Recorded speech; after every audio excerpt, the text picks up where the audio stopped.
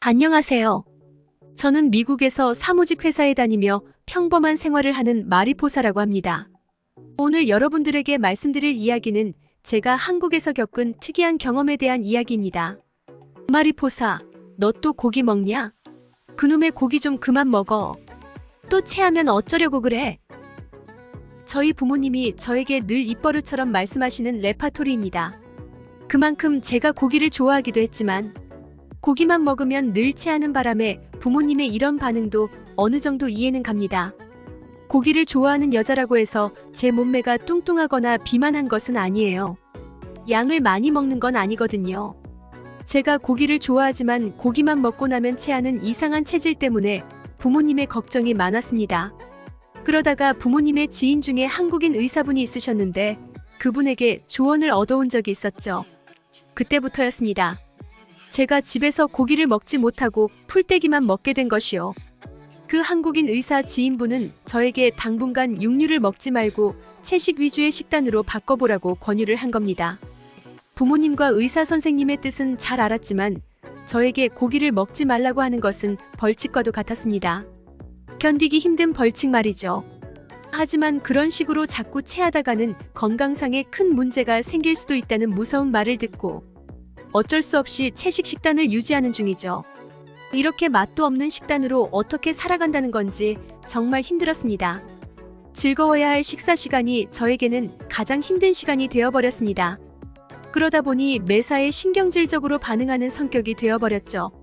회사에서도 별것 아닌 일로 동료에게 신경질을 내버리고 상사에게까지 대드는 일이 비일비재했습니다. 이러다가 완전히 사회생활까지 모두 망쳐버리고 말 것 같았어요. 도저히 안 되겠다 싶어서 회사는 하루 휴가를 내고 집에서 푹 쉬었습니다. 그리고 그날 제 인생을 완전히 뒤바꾸어줄 그 방송을 보게 되었죠. 집에서 쉬면서 넷플릭스에 나오는 음식 관련 방송을 보고 있었습니다. 풀떼기만 먹어야 하는 주제에 왜 먹는 방송이냐고요? 그래서 먹는 방송을 보는 겁니다. 저는 그럴 류의 방송을 보면서 대리만족을 느끼는 타입이었거든요.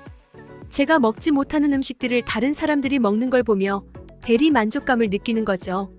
그런데 이날 제가 보게 된 방송은 아주 특이한 컨셉이었습니다. 한국에서 한국의 음식을 먹는 체험 방송이었죠. 그런데 그 장소가 아주 특이했습니다. 바로 한국의 스님들이 있는 절에서 음식을 먹는 거였거든요. 방송에서는 출연자들이 절에서 스님이 해준 음식들을 먹으며 황홀한 표정을 짓고 정말 맛있다는 표현을 했습니다. 에이, 아무리 방송이라도 그렇지. 저런 거짓말을 한다고? 저게 어딜 봐서 황홀하다는 거야? 딱 봐도 고기 한 점 없고 전부 풀떼기밖에 없구만 뭘. 내가 먹는 식단이랑 별반 다를 것도 없잖아. 어김없이 풀떼기 샐러드를 먹으며 기운 빠진 목소리로 혼잣말했죠. 그런데 참 희한하게도 그 방송을 계속 보다 보니 진짜로 저 방송에서 보여지는 사찰 음식이 맛있어 보이는 겁니다. 방송이라서 그런 건가 싶었지만 해당 영상 속에서 사찰 음식을 먹는 출연자들의 표정이 진심으로 맛있어하고 행복해하는 표정이어서 진짜일지도 모른다고 생각하게 되었습니다.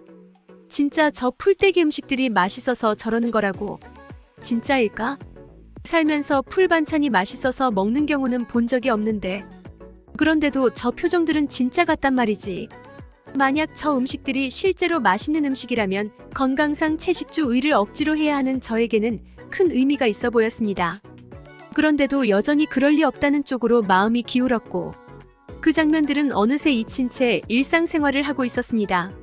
휴가를 내고 쉬고 왔음에도 여전히 회사 생활은 변한 게 없었습니다. 여전히 저는 날카로웠고 신경질적인 반응이 툭툭 나왔습니다. 이 정도면 고기를 못 먹어서 그런 게 아니라 원래 내 성격이 이랬나 싶은 정도였죠. 그리고 퇴근을 한 어느 날 저는 집에서 예전에 봤었던 한국 사찰 음식에 대한 영상을 다시 보았습니다. 그리고 그날 무언가에 홀린 듯 잠들기 전까지 한국의 사찰 음식에 대해서 알아보았습니다. 제가 생각했던 것 이상으로 한국에는 지역별로 사찰이 많았습니다.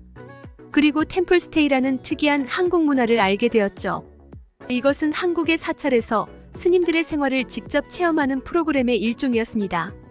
이러한 프로그램은 한국의 불교, 문화, 명상, 수행 등에 대해 더 많이 배우고자 하는 사람들이 참여하는 인기 프로그램이었죠.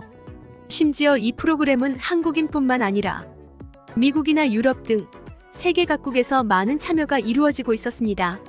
한국을 여행하면서 순차적으로 경험하는 로테이션 관광의 한 요소가 아니라 오직 템플스테이만을 위해 한국으로 여행을 오는 외국인들도 많다는 걸 알게 되었죠. 저는 순간 심장이 두근거렸습니다. 처음에는 한국의 채식 식단에 대해서 호기심이 생겨 알아보게 되었는데 이제는 좀 더 깊은 문화에 대한 호기심이 생기게 된 거죠.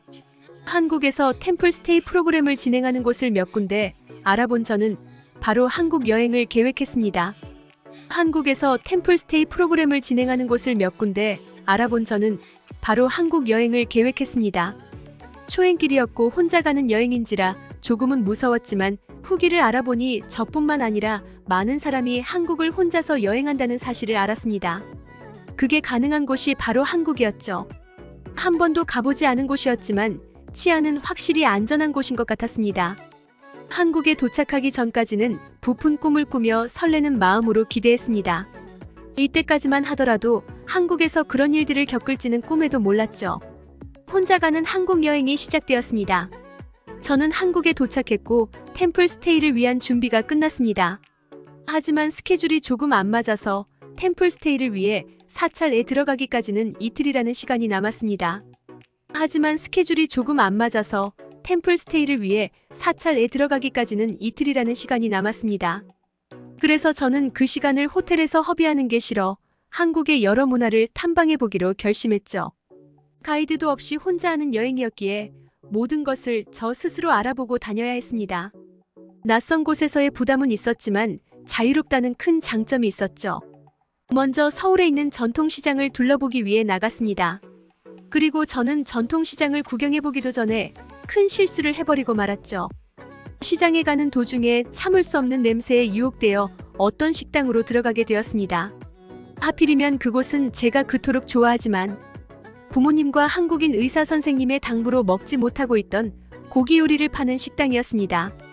숯불 양념 불고기라는 음식이었는데 식당 안에서는 물론이고 외부에 테이블까지 있어서 지나가는 사람들에게는 아주 곤욕이었습니다. 그 고기를 굽는 냄새가 완전히 예술이었거든요. 아마도 이 식당의 주요 전략이기도 하겠죠. 그걸 알면서도 저는 그 상술에 당하고 말았습니다. 어차피 저는 음식을 먹어도 소량만 먹는 소식파였기에 맛만 보자고 스스로 합리화를 했죠. 한국까지 왔는데 이런 것도 맛보지 못하고 돌아간다면 엄청 억울할 것 같았거든요. 맛만 보려고 했던 저는 앉은 자리에서 4인분을 혼자서 먹은 뒤 식당을 나왔습니다. 완전히 망했죠. 아니나 다를까 식사하고 소화를 시키기 위해 이곳저곳 돌아다니며 열심히 걸었지만 점점 머리가 띵하면서 체기가 나타났습니다. 고기만 먹으면 체하는 저의 얄궂은 체질 덕분에 이번에도 어김없이 체했던 겁니다.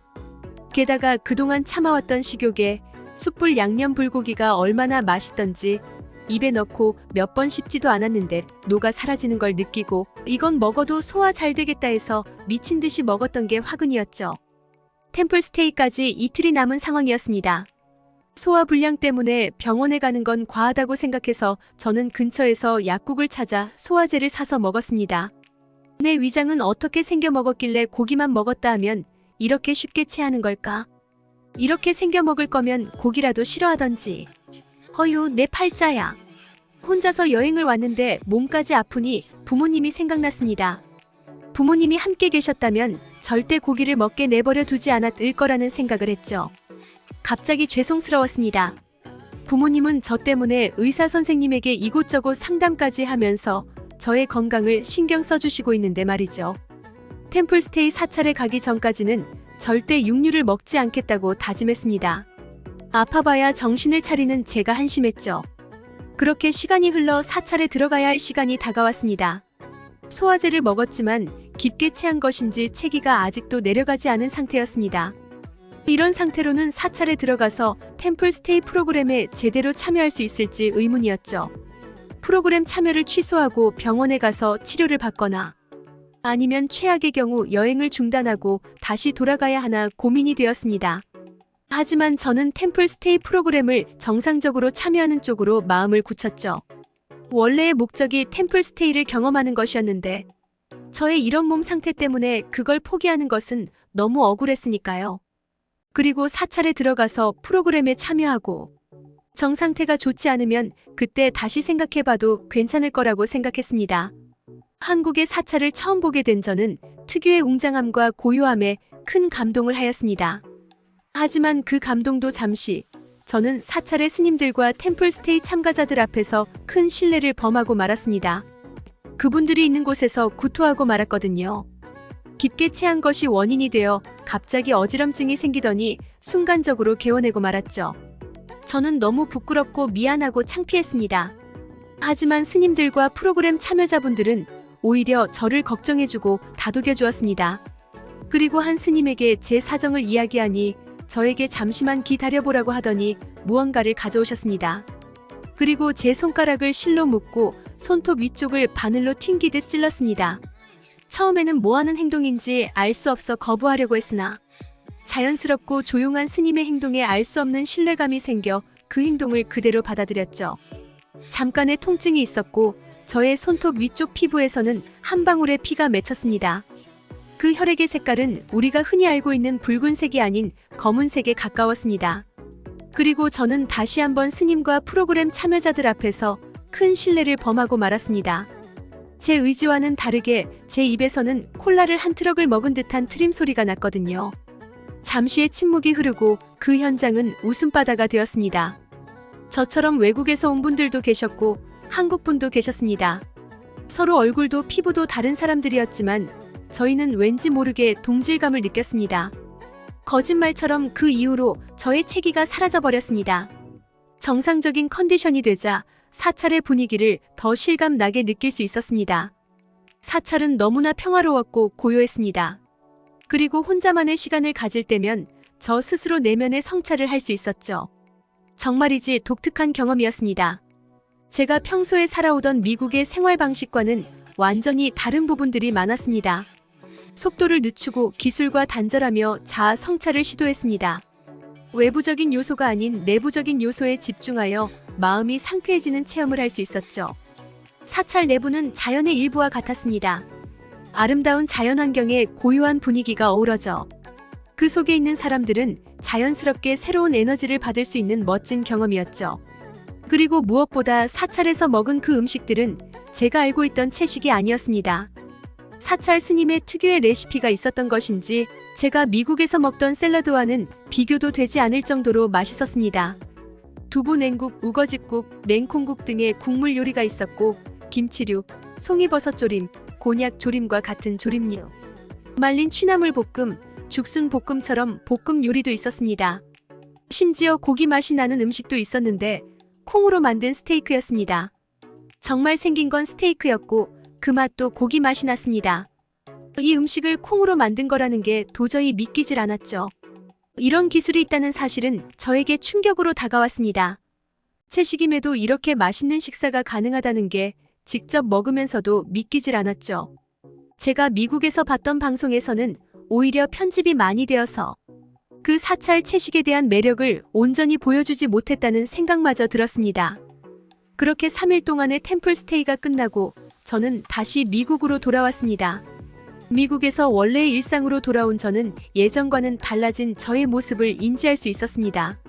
그 덕분인지 늘 신경질적이던 회사 생활은 부드럽고 활력이 넘치는 회사 생활로 변했고 주변 사람들도 더 이상 저를 보고 인상을 찌푸리지 않았습니다. 게다가 더 이상 저는 고기를 먹어도 체하지 않았습니다. 정말 신기한 일이죠. 부모님의 지인 한국인 의사 선생님도 무슨 영문인지 모르겠다고 하시더라고요. 애초에 저의 체질이 워낙 소화계통이 약한 사람이라서 고기를 소화하는데 어려움이 있는 거라고 하셨는데 한국 여행을 다녀온 이후부터는 거짓말처럼 체하는 일이 없었습니다. 한국에서 템플스테이를 경험하고 나서 저의 마인드가 완전히 변해버린 느낌입니다.